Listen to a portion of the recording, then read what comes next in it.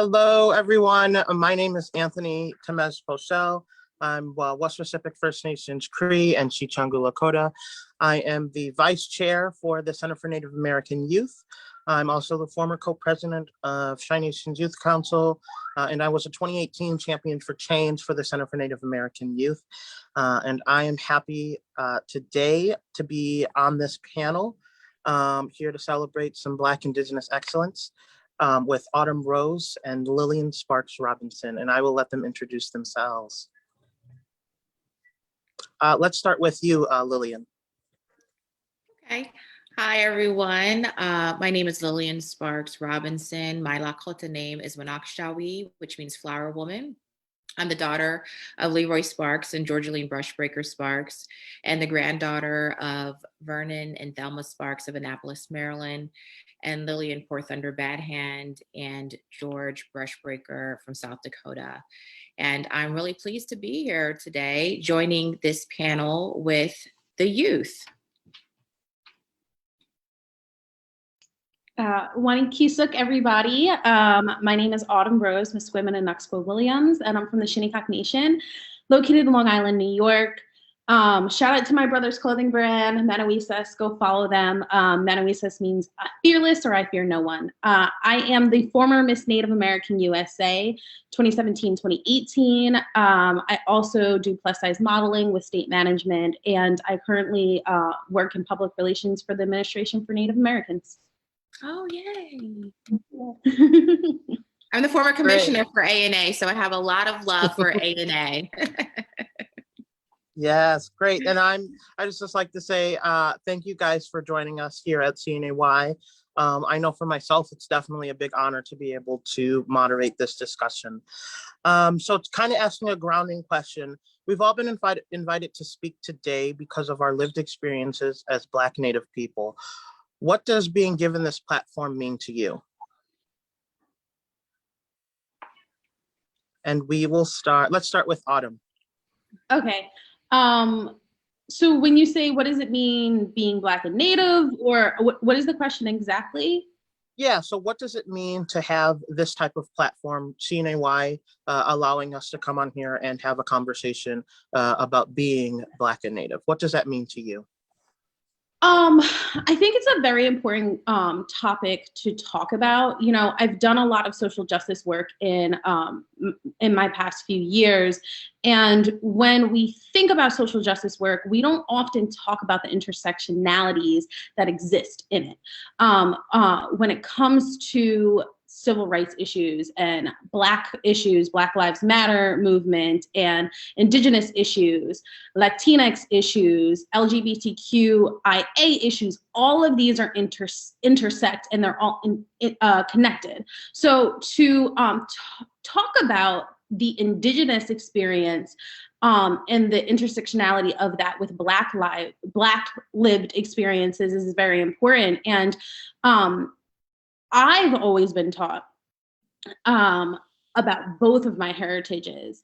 And there is a history within our country that has an interwoven storyline of Indigenous communities and Black communities, and we're not taught that. And there's a reason we're not taught that, but to have this platform is very important because it's not discussed. And the shared stories of Indigenous people of the Americas and African Americans is very long, and it's very important to know about. So I see it's going to be tough going after Autumn on each of these questions. But for me, so this is the first time I've ever been asked in all of my decades of experience in public speaking and public platforms to ever talk about what it means or what my experience has been being both Black and Native. And it's because people just have never talked about it. And it's not because it hasn't existed. It's not because this is new. We're not the first generation of Black and Native peoples to exist. But for whatever reason, it's considered taboo amongst some communities. Some people don't want to acknowledge their African ancestry. Some people don't want to acknowledge their Native ancestry. But like Autumn, I was raised to know who I was on both sides, who I am as a Black woman, who I am as a Lakota woman. And I have embraced, I didn't have a choice. This is who you are, love yourself, and never be apologetic for who you are. And so, but no one's ever asked, no one's ever talked about it. And I've never thought it to be anything interesting in terms of, that's just, this is my genetic makeup and this is my cultural makeup. And just like someone else walking down the street comes from different backgrounds as well. So I've never thought of it as something being so unique that would make me different. But as I've gotten older, people have come to me on one-on-one conversations to have that discussion, but never in an open public platform. So I'm so happy that the Center for Native American Youth is recognizing that there are Black and Native American peoples that are contributing to both communities. Mm-hmm. Exactly. Yeah. And I'm sorry, can I just add? Yeah, go ahead. One more thing about that. I think it's also important to recognize that colorism is a very prevalent thing within all communities, within the Black community, Latinx, Asian, Native communities. So I always recognize my privilege and my ambiguity in the way that I look.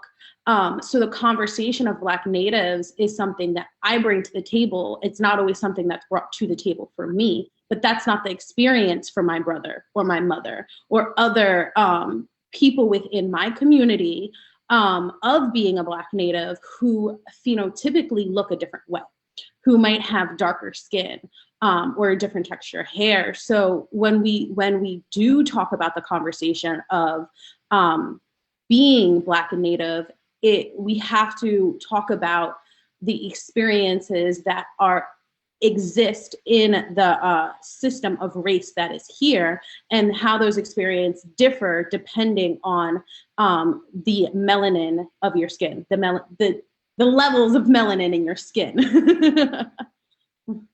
Of course, yes. I can already tell from here that we're going to have a great conversation. I know for myself, I really like your last point, Autumn. Growing up here in the city of Chicago, a lot of the work that I do is around anti-racist work, combating race-based mascots while combating anti-Blackness here in my community of Chicago. So again, thank you guys for joining us. So we'll start with a question specific to you, Lillian. Being an urban Indian is something all of us can relate to. Can you share some of your experiences of growing up in Baltimore and actively working to stay connected to your tribal identity, and how attending an HBCU shaped your worldview and your career pathway today? Absolutely. So thank you so much for that question, Anthony. So I always tell people, what you see in me is really just a reflection of my parents. You see all the love that they poured into me, all the lessons, all the, education, all of just the time that they spent with me. What you see is just an outpouring of that reflected in the work that I do. And so growing up in Baltimore, as you can imagine, there were not a lot of Native American kids, and especially where I lived in Baltimore. So in Baltimore City, there is a large Lumbee community, but where I lived in Baltimore County, there was not any type of Native community, and especially throughout Baltimore County and Baltimore City, not a Lakota community. And so my mom was very intentional in making sure that I knew who I was, my sister knew who she was, that anyone that came and lived with us, because we had cousins that would come and live with us and stay with us, that we knew who we were as Lakotas, that we had, you know, our values instilled in us, that we still had our traditions taught to us, that ceremonies were still a part of our life. That we knew who our families were, that we knew the proper way to introduce ourselves, that we were very connected and very tied to who we were. And then just growing up in Baltimore, there was no denying that we were also African American. And so my dad also made sure of that. And growing up around our Black family, our Black side of the family, we were able to go to Penn Relays. My parents went to the University of Pennsylvania, and that's where they met and got married. And then they finished at Morgan State University, which is where I ended up going to school as well. And so it was only, well, for me, I don't want to say it was only natural that I went to Morgan State University. But growing up in Baltimore, both of my parents went there. My grandfather taught there. It was almost projected or forecasted that I would also go to Morgan State University. And at the time, I also received a full scholarship from Morgan. And so that was a no-brainer for me. And I loved it. I loved my experience at Morgan. It just, you know, reinforced who I was as a Black woman. I was able to build, you know, further connections there, a further network of friends. And it really, to me, fortified who I was as a woman of color. It really grounded a sense of identity in all of the students, and that, you know, that we are the people that built this country, and that we are the ones who will go out and make the changes that are needed and necessary, and that we are completely capable. And so I love that the professors, the faculty, the students, we were a big family and continues to be a big family. And at Morgan State University, I will always pump up the Bears. I will always give back. But I think what I didn't realize until later is that a lot of people didn't realize that I was also Black. And so when I look in the mirror, I see a Black woman. I think, to me, that's the most obvious part of who I am. And then the other part, people will say, are you Latina? Are you Filipino? They don't know what I'm mixed with. And so, but understanding now that people thought, oh, I never knew you were Black, or I never knew that I always thought you were Filipino. I always thought you were, you know, Hispanic. I always thought you were something else, right? The CNN, something else. And so it's interesting now looking back that I was still embraced and still loved. And I told my sister, you know, as she was growing up, she's 8 years younger than me, you know, please look at going to a historically Black college. And she went to North Carolina A&T and loved her experience there.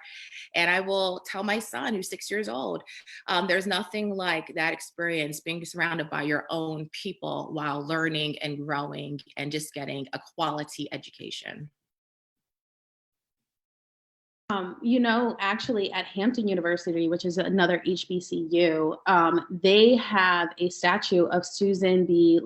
LaFleche, I think. I'm not sure how you say the last name, but she's Omaha native, and she was the first Native American.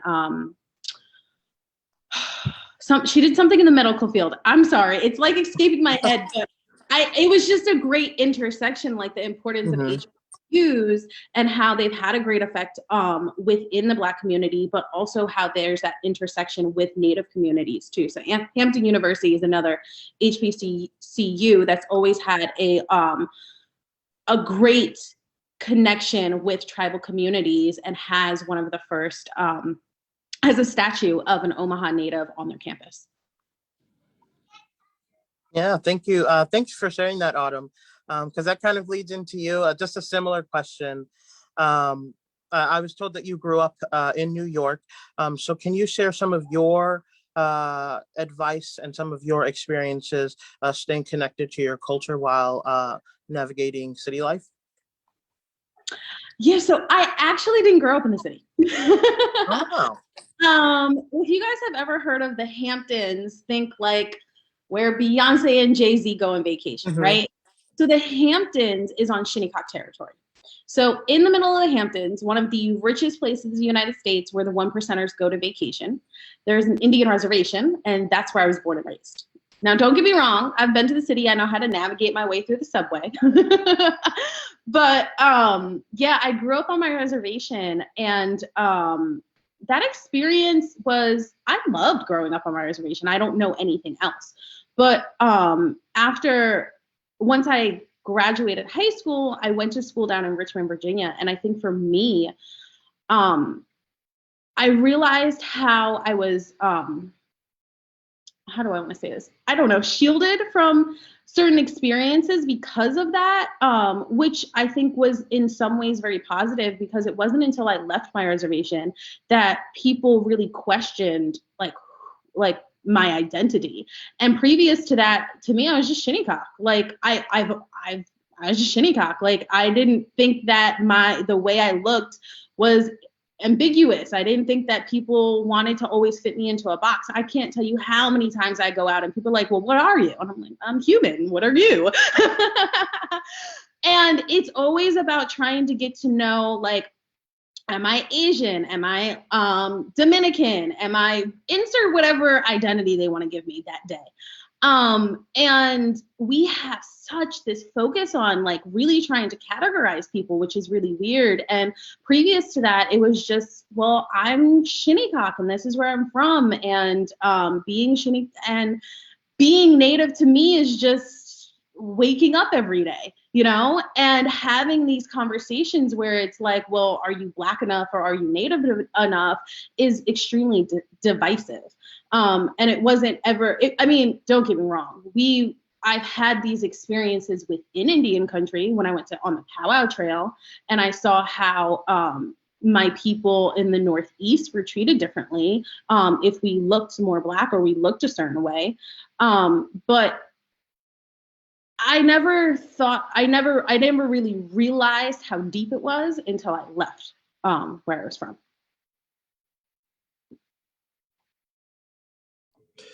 Yeah, I mean, I've kind of had a similar experience here in Chicago, but I was in my family. I grew up in a Native household by my three aunties and my mom, and I grew up my whole life here in the city of Chicago.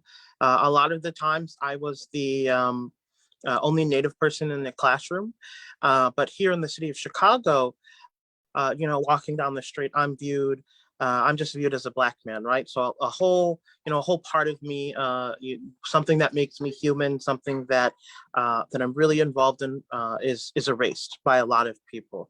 And you know, I've seen that some of that is primarily because Chicago is home to the hockey team, the Chicago Blackhawks, and so you know, growing up, going through elementary school, middle school, and high school at a Chicago public school, I heard constantly, you know, the rhetoric of, oh, well, you don't look like the Blackhawks.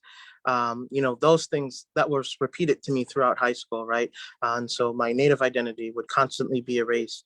But I would come into school and I would share my culture constantly with my teachers and my classmates and other administrators, just because it's just something that I'm so connected to and something that I grew up with in my family. And being Black, I was up until the age of about 20, which was a year ago. I'm 21. I was kind of shielded from the anti-Blackness that was actually here in the Native community. That's something that I experienced outside of the Native community. We're here in Chicago, where we have some of the most brutal police officers, according to a report put out by the DOJ. And so I've experienced that before. I have fear when I go outside of my house for being a Black man, but in my Native community, that's not something I experienced up to going into a young man, because I was shielded from my family. You know, obviously both a blessing and a curse, because it's shocking to me. You know, I always grew up knowing that I was Black and that I'm Native. And a lot of times people like to separate the two. They like to choose what part of you they view and what part of you they accept. And so being told that some of the elders in my community, or people that I've looked at as aunts, telling my family like, oh, you should cut his hair, he'll pass more. It's things like that that were being told back to me when I'm as I'm a young man. And so just to hear both of you share your experiences is truly amazing to me, because a lot of the times we have those negative experiences in our life, and sometimes we dwell on them, but then hearing some of your guys' positive experience is both it's inspiring, and it makes me happy. It sparks joy in my heart to know that there are other people out there who share the same identity as me, and who are able to navigate it in such a positive and delightful way throughout their life. So my next question is for you, Lillian. Some of your accomplishments include being named one of the 7 young Native American leaders by USA Today magazine, one of the 40 under 40 from the National Center for American Indian Enterprise Development, and being named American Indian Woman of the Year. How has being a Black Native shaped your pathway to that success? And you touched on it previously in a bit in the other question, but why not continue with this one? Yeah. Sure. So I started out at Morgan State University as an electrical engineering major, believe it or not. And it was quite challenging. I didn't want to accept that it was quite challenging until the first semester of my junior year, at which point I decided I had enough of all of the math and science courses that were just too difficult to continue on. And so I switched my major to political science. I always had just a natural affinity towards people and politics and learning how things get done. And so graduated from Morgan State University and went on to Georgetown University Law Center, pursuing my Juris Doctorate, my law degree. And I entered Georgetown with the idea that I would be a criminal defense attorney, because people are always committing crimes. And I thought I'd always have a client. I'd always have a job. I'd always be working, because criminal defense attorneys are always working. And so that was really my goal up until my last year of law school. And during my last year of law school, I during my second year of law school, towards the end, I went to the Gathering of Nations and I competed in the Miss Indian World pageant. And so that meant, and I won the title. And so that meant during my last year of law school, I carried the title, but I was also completing my studies. And I was trying to figure out what my next path was. So while I was figuring out what my next path was, I was traveling out throughout Indian country, visiting different communities, hearing what some of the struggles were, witnessing them, learning about tribes that I'd never heard of before. And it just was beginning to really come to me that my work would be working with Indian people. My mom has always worked with Indian people. Her Lakota name is Oyate Wahan Chanka Yapniwi, which means shield for her people woman. And so she's always worked on behalf of Indian country. And I saw my path following hers, doing the same type of work. And so I graduated law school. I went back to Albuquerque and gave up my crown, came back, studied for the bar.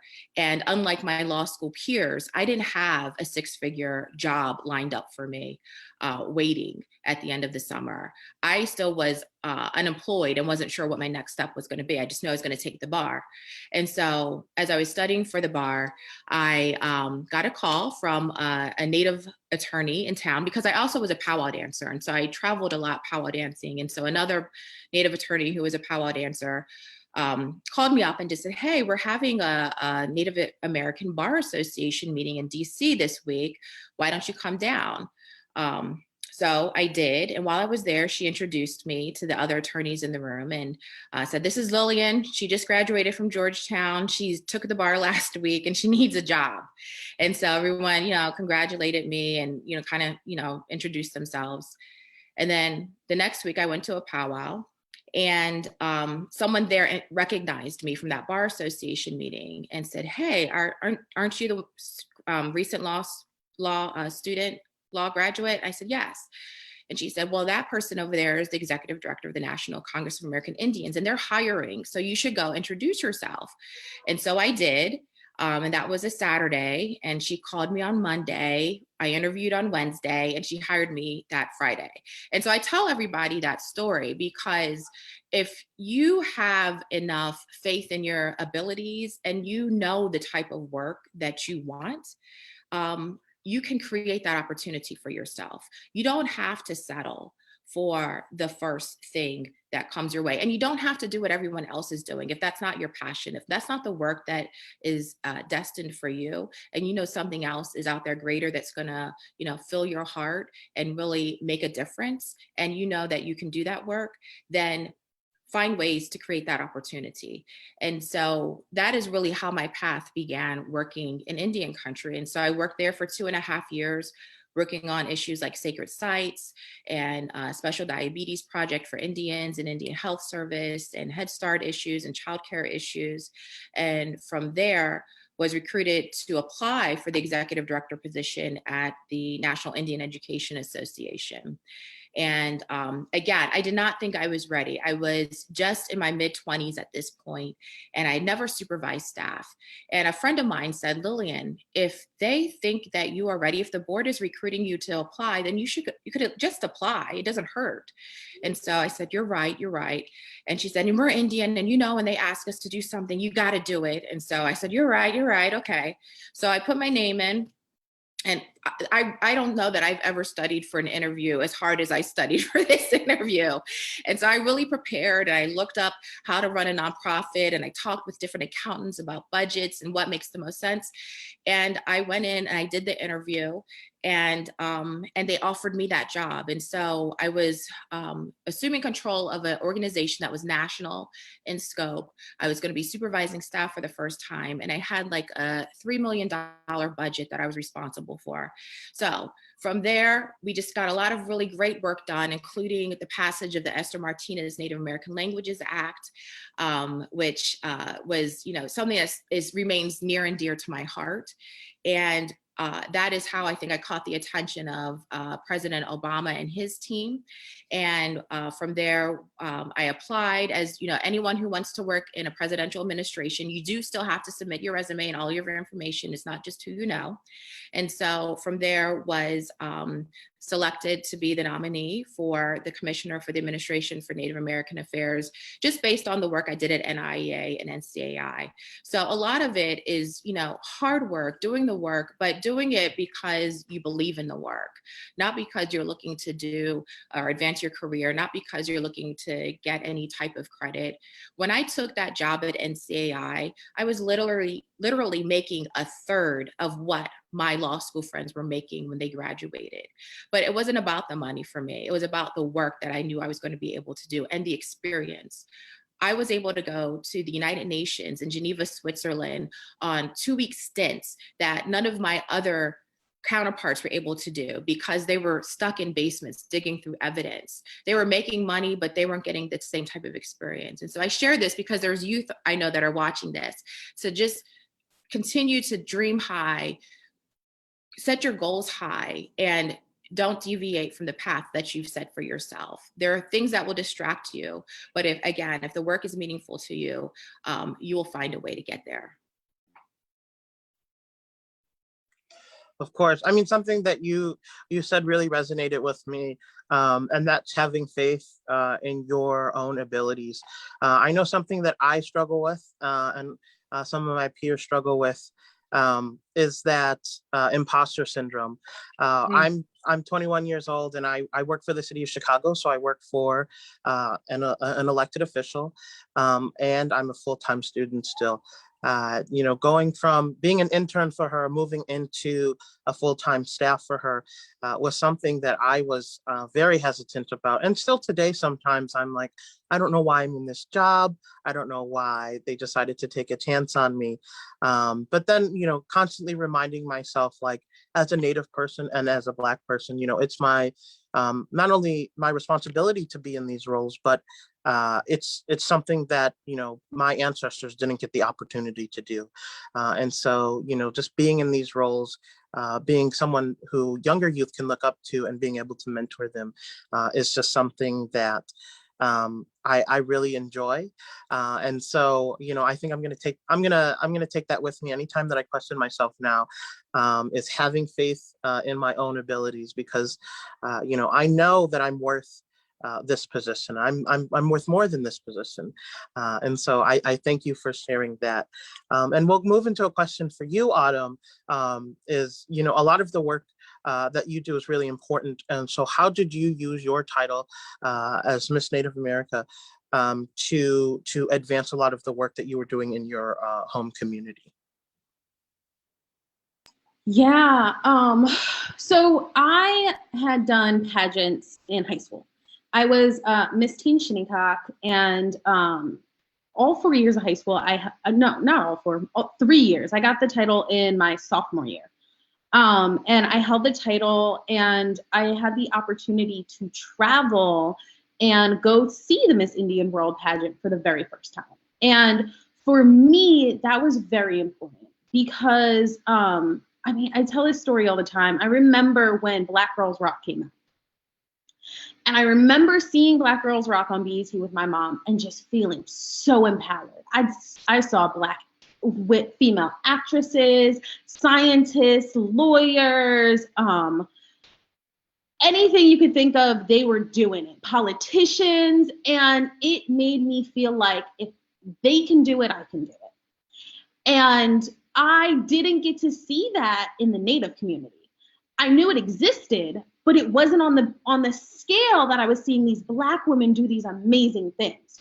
So when I got the chance to go to Gathering of Nations and see Miss Indian World, I was seeing Indigenous women who were doing the same things. It was like Black Girls Rock, but for Natives. And I felt empowered, and I was like, how do I get my people to be on a bigger scale? How can I see more of this representation? And if I can't see the representation, well, I'ma be it.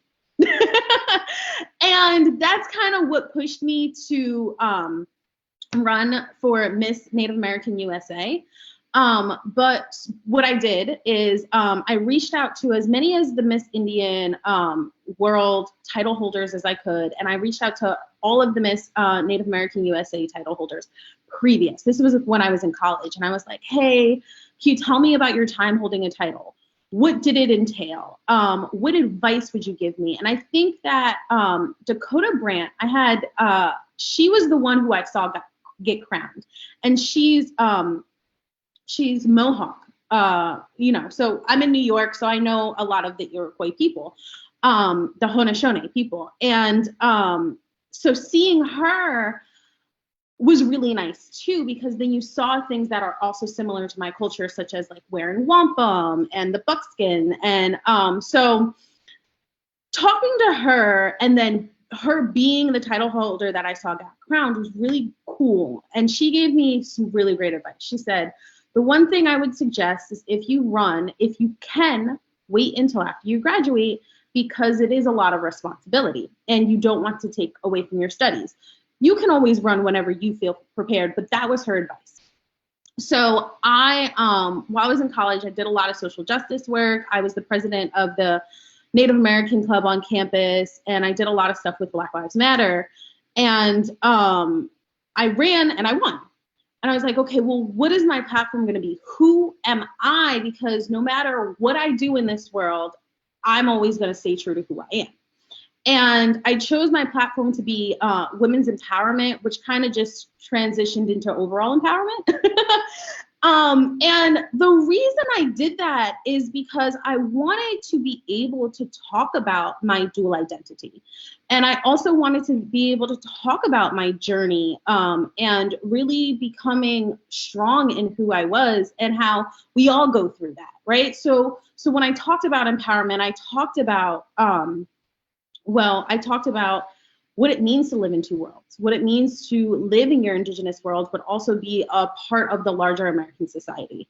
I talked about the importance of connecting to your Indigenous identity and how, for me, that is a foundation for me that I can always go back to, of who I am and where I come from, and my people. My people have supported me, and my people are the cause for the work that I do, right? So how do you connect to your nativeness? For me, it could be dancing, but for somebody else, it could just be listening to a native song, or it could be beading, you know? I also talked about, how once you find your own empowerment to empower other people, and I talked about the importance of being strong in your identity, no matter what somebody tells you who you should be or how you should be, right? Because I think that is a thing that we all face, that we have these societal expectations of what we're supposed to do and who we're supposed to be. We have our immediate family telling us who we should be and what we should be. We have our indigenous communities telling us what we should be and who we should be. And at the end of the day, none of that matters. All that matters is how you feel about yourself and your own identity. And that's what I did with my platform. And after I passed my title on, I continued that message, and a lot of the work I did, I got into plus size modeling from that. For me, it was kind of like, as Miss Native American USA, I'm continuously in front of a camera. And being continuously in front of a camera, I noticed the negative body image I had for myself at times. And I was like, how can I talk about empowerment if I'm not empowering myself? And me going into plus size modeling was my way of facing my fear head on, Nanawisas, being fearless, right?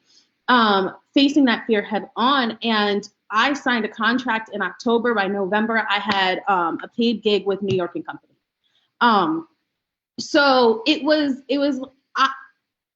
and through that journey, I've learned more and more about who I am. And it actually, for me, listening to what you were saying, Lillian, is touching home for me right now, because part of the continued journey I'm going with my empowerment is the fact that, like, I've spent so much time in public relations, and I've learned from so many people in communications. And for so long, I've been like, okay, well, I'm too green.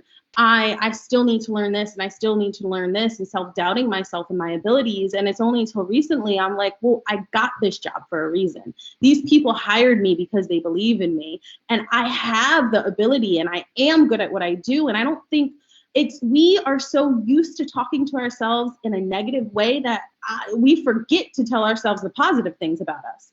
And when you do that, you find your power, and you're also able to accept things that you wouldn't even think you were good enough before, but you have to believe that in yourself. So I think that answers your question. Anthony, I have this thing that I do, and it's called faith it till you make it. So you have to have faith in yourself, and you also have to have faith in Creator, and you have to pray until you make it. So we're not faking it until we make it. We're just faithing it until we believe that we've made it. And so, I believe Anthony and Autumn, you guys are awesome. You guys will be able to conquer whatever comes in front of you. I have faith in you. Oh, thank you. Thank you so much. Yeah, I mean, so funny. I'm like the auntie now. I remember when I used to be like in your guys' roles, and now I'm like Auntie Lillian. I know. I mean, I've said it before, a bunch of times actually on this panel, but again, both of you are really inspirational, and a lot of the work that you guys are doing it's much needed work in Indian country, and so for you guys to offer yourselves up to be those role models and to be those people striving in your guys' field is something to me that is, it's just so inspirational. I know I grew up in a household, full of women. I was raised by women, and I was raised and I was taught the importance of, of following a woman's lead, following the matriarch in the family. And so again, thank you guys, for sharing your stories for that. But going into a lot of the work that you're doing, I understand that a lot of that work can be tiring and can be exhausting at some points. So I think it's important that we share with some of our Native youth on here who are striving to go down the same paths as you two on this panel. What are some things that you do to keep yourself grounded and to keep yourself, connected to the work that you're doing? something that I'm always looking for is to find that spark again, because you're going, and then all of a sudden you get tired, and it's that burnout where we see a lot of movements die. We see a lot of people give up. And so when I'm hitting that burnout point, I stop and I reflect. I come back to my family, I come back to my community, and I find that spark again. And it gets me going. So I'm just wondering, what are some of the things that you two do, to abolish or target that burnout before it happens to yourself? Well, And self-care is so important. You definitely want to make sure, and you'll get to a point where the work gets overwhelming, or you're not feeling appreciated, or you're not feeling like you're making progress, and you just have to take the time to reflect on all that you've done. And so you have to come at it with an approach from a growth mindset. Think about all that you've done and not all that you haven't done. And so when you look at it with a growth mindset versus a fixed mindset, you're really looking at the progress, and you're looking at your setbacks as opportunities to learn, versus as a fixed mindset where you're looking at them as failures, or that you didn't hit your target, or you didn't hit your goal, or no one even recognizes the work that I've done.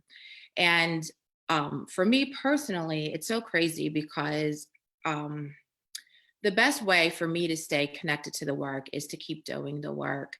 And that doesn't mean that I don't take breaks, but for me, it's really important to find other ways to do the work. So it's not always in the same way. So I'll say that I don't keep doing the work in the same way, in the same method, and with the same folks. I try to do it with different folks in different communities, and I try to keep learning. I'm actually in school full-time right now. I'm also running my business with 7 employees, and I am continuing to, take on new clients with work that I am very comfortable with, and work that has been challenging as well. And I stay connected in the community.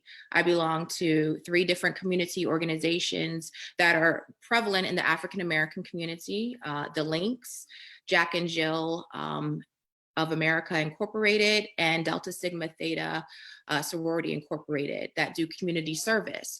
So with those organizations, I get to see the direct impact of the work that we're doing. And so that helps me stay grounded. That helps me stay connected.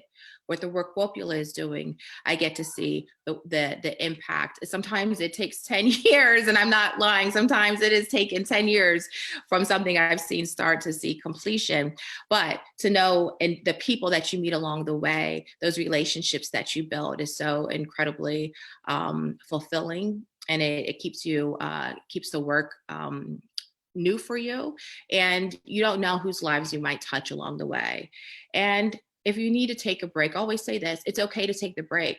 The work isn't going to stop. The world's not going to fall apart.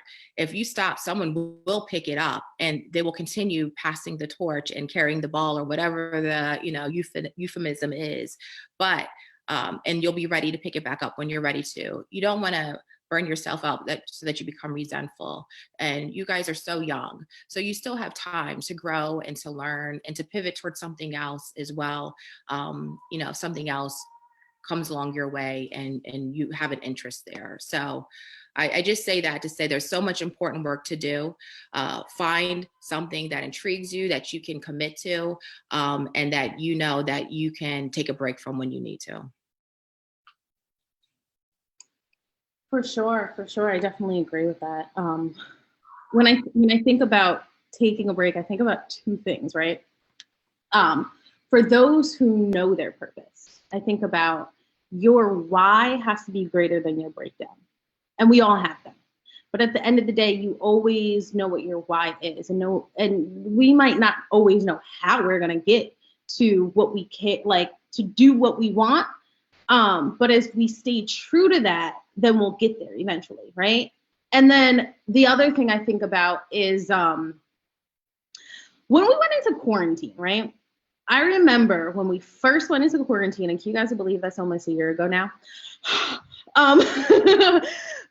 There were all these articles that came out, and people were like, oh my gosh, look how the earth is healing, and like waterways are clearing up and stuff like that. And I use that as an analogy to say that taking a break is a really good time, and it gives you the time to slow down and reflect and figure out, what am I doing? Do I like what I'm doing? Do I want to keep going on this path, or just slowing down for whatever you're doing to survive, if you have the ability to, and being like, I'm not happy here. This is my why. I need time to figure out what my why is. I think that our culture is so work oriented, and it's all about go, go, go, go, go. And with a global pandemic, we're seeing how everything has to slow down. But in that slowing down, it's giving us the time to really reflect on what we really want and what we really care about. And that it's okay to slow down, and it's okay to take a break, and that it's healthy. What isn't healthy is a continuously working world, right? So I don't know. That's what I think about when I think about taking a break or slowing down. And how I recognize when I have burnout is when something doesn't become something that is usually fun for me isn't fun anymore. It feels like a chore. It feels like a job. That's for me, like, ding, this is something you care about. This is for your people. Why are you feeling tired? Why are you feeling like this? And then that, to me, that's a cue, like, okay, maybe I need to take a social media break, because I'm seeing more negative stuff come up on my feed than I'm seeing positive. Or I just have been writing press release after press release after press release, and I don't even know what I'm saying anymore. And I'm like, okay, well, maybe I need a mental health day. Instead of going and I don't know, spending time with my friends or family this weekend, I'm gonna go for a hike by myself. And whatever it is for you guys, that is restorative for you. For me, nature is restorative for me, and specifically being on Shinnecock and being in the water or on the water is healing for me. And we all have different things. So I think we all know when we're getting burnout, but we're not conditioned in the society we live to allow ourselves to take that break. And I think that there needs to be more a normative around the fact that it's okay to take a break, and taking breaks actually makes you better at what you do, and actually allows you to contribute at a higher level to your communities and to your why, whatever that is.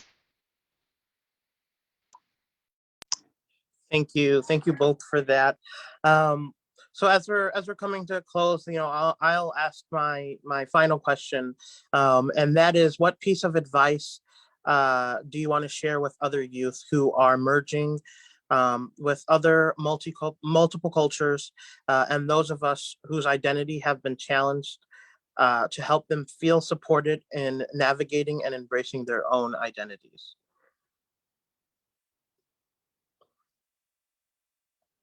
And yeah, let's start with you, Autumn.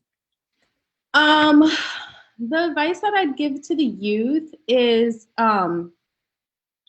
be proud of who you are.